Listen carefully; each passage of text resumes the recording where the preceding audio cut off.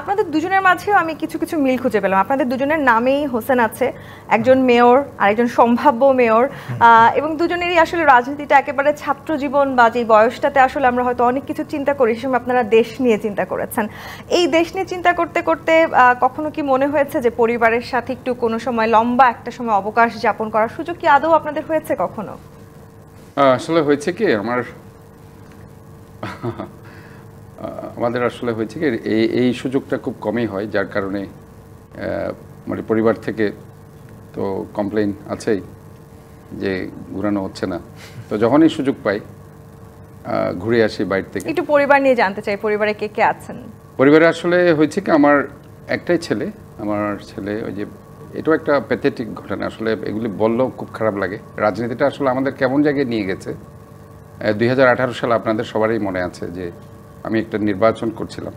আমাদের দল যখন নির্বাচন করছিল, আমাকে চট্টগ্রামের একটা আসন থেকে বলা হচ্ছিল যে নির্বাচন করার জন্য। এবং আপনাদের হয়তো মনে আছে, নির্বাচন করার আগে, যেটার দিনের ভোট রাতে হয়েছিল আর কি, তো সে নির্বাচনে আমার দলের অনেক লোককে নির্বাচন আগে গ্রেপ্তার করে ফেলেছিল। এবং আমাকেও ঢাকা থেকে, আমি ঢাকাতে তখন আমার যে পরিবার, আমার ওয়াইফ এবং আমার বাচ্চা একটাই ছেলে, চিটাগংয়ে বারবার পুলিশ এসে বাসায় আসতো দেখে তাদেরকে আমি ঢাকায় নিয়ে আসলাম, এই স্কুলে ভর্তি করিয়ে দিলাম, অস্ট্রেলিয়ান গ্রামার স্কুলে। তো সেখানে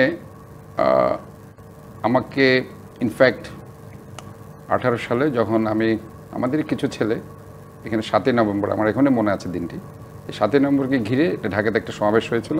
আমাদের অনেক নেতাকর্মী এই সমাবেশে যোগ দিতে এসেছিল সরওয়ার্দী উদ্যানে 2018 সালে।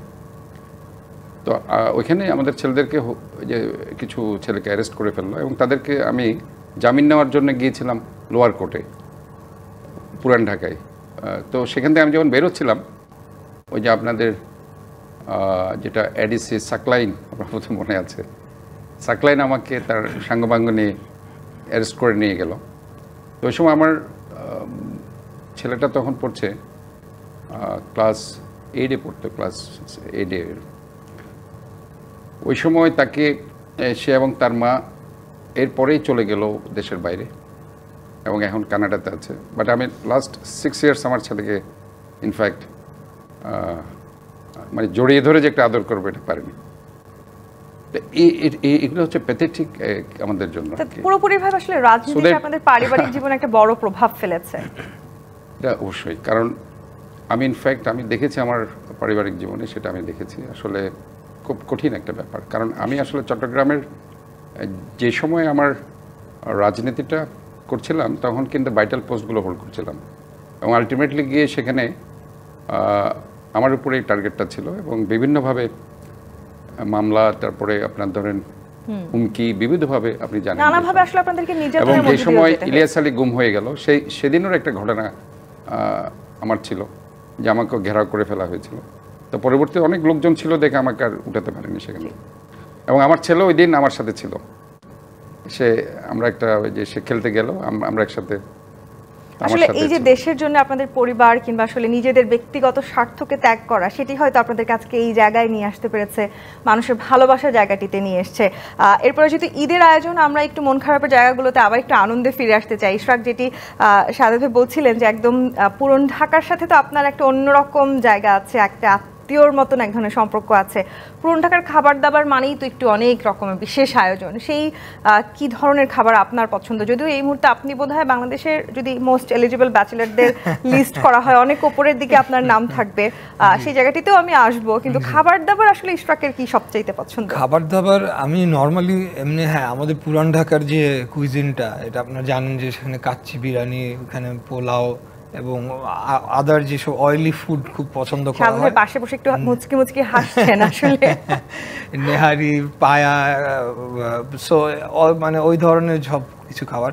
বাট আমি পার্সোনালি কিন্তু নিজে অয়েলি ফুড বেশি একটা পছন্দ করি না। আমি একটু মানে শাক পাতা টাইপের খাবার বেশি পছন্দ করি, কারণ এটা আমার ফিটনেসের জন্য সাহায্যকারী হয়। আর আমি একটা জিনিস করেছি, সেটা হলো আমার রাজনীতিতে আমি অনেক ব্যস্ত থাকলেও আমি রেগুলার আমার মানে ওয়ার্কআউট, মানে জিমে যাওয়ার যে ট্রেন্ডটা, এটাকে ধরে রাখার চেষ্টা করেছি।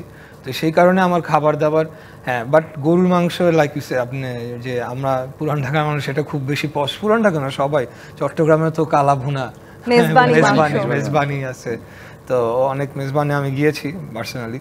তো আমাদের হ্যাঁ মানে বিফের প্রতি বা গরুর মাংসের প্রতি তো একটা আলাদা ইয়ে রয়েছে আর কি। নিশ্চয়ই আমরা ঈদের আরো গল্প শুনবো, আপনাদের ছোটবেলার ঈদ এবং আপনাদের আসলে ঈদ নিয়ে আসলে নানান রকমের মন খারাপের গল্পও আছে, সেই স্মৃতিগুলো আমি একটু আজকে আমার দর্শকদেরকে জানাতে চাই। একটি বিরতি নিয়ে ফিরতে হবে। জি25 ইস্পাত নিবেদিত ঈদের বিশেষ রাজকাহন থেকে বিরতি নিয়ে ফিরছি, সাথেই থাকুন।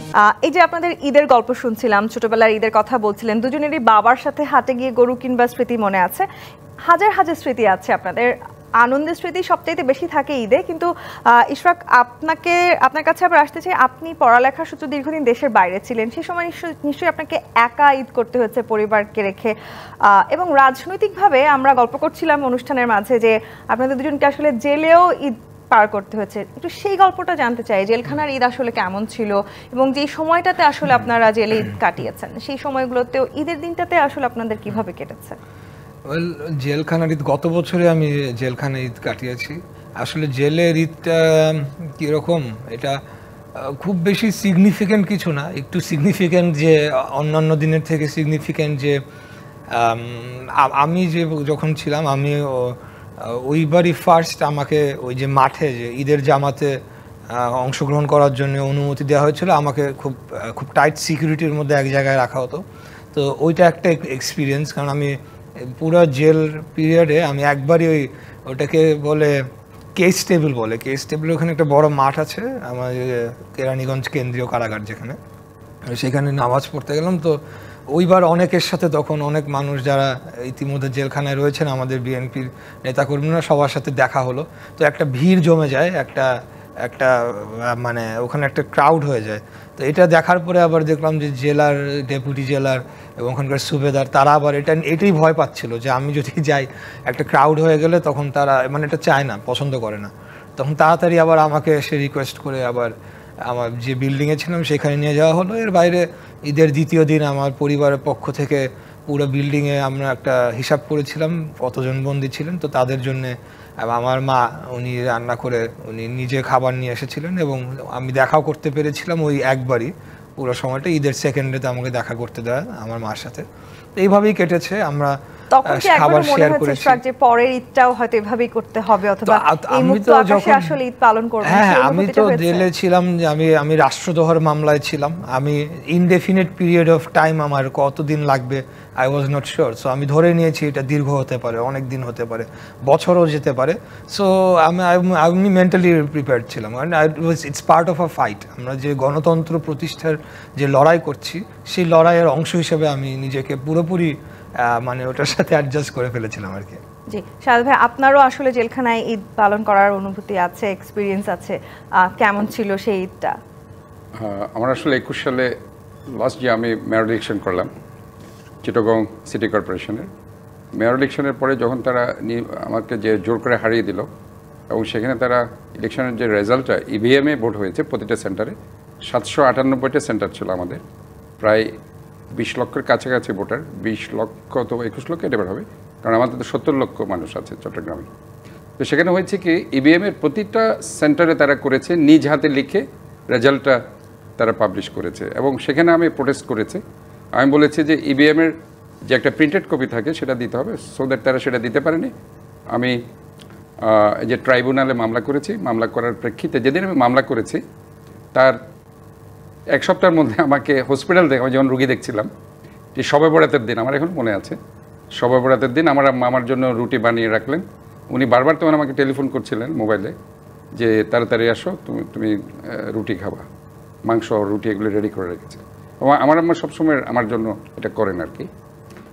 তো ঠিক মেহেদির কথা নিশ্চয় মনে আছে, ওই যে ডিসি মেহেদি, পুলিশ উপকমিশনার, তখন সে চিটাগং ছিল। তো সে পুরো আমার হসপিটালটা ঘেরাও করে আমাকে, তখন হবে বিকাল 5টা হবে, ওই 5টার দিকে আমাকে হসপিটালে রুগী দেখা অবস্থায় তারা আমাকে ঘেরাও করে নিয়ে গেল। এবং ওই সময় আমি প্রায় 4 থেকে 5 মাস আমি জেলে ছিলাম, যার কারণে ঈদটা আমার জেলে কাটাতে হয়েছে।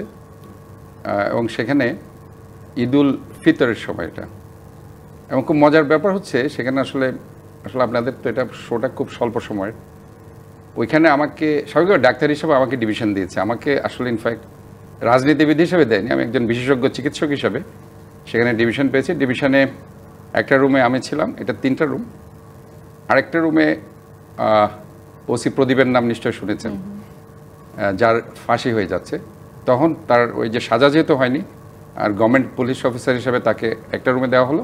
আরেকটা রুমে আপনার ক্যাডিএস গ্রুপের নাম শুনেছেন নিশ্চয়, ক্যাডিএস গ্রুপের এই ওনার খলিল সাহেবের ছেলে ইয়াসিন, ইয়াসিন হচ্ছে KY still Y means Yasin, ওই ইয়াসিনে আরেক রুমে।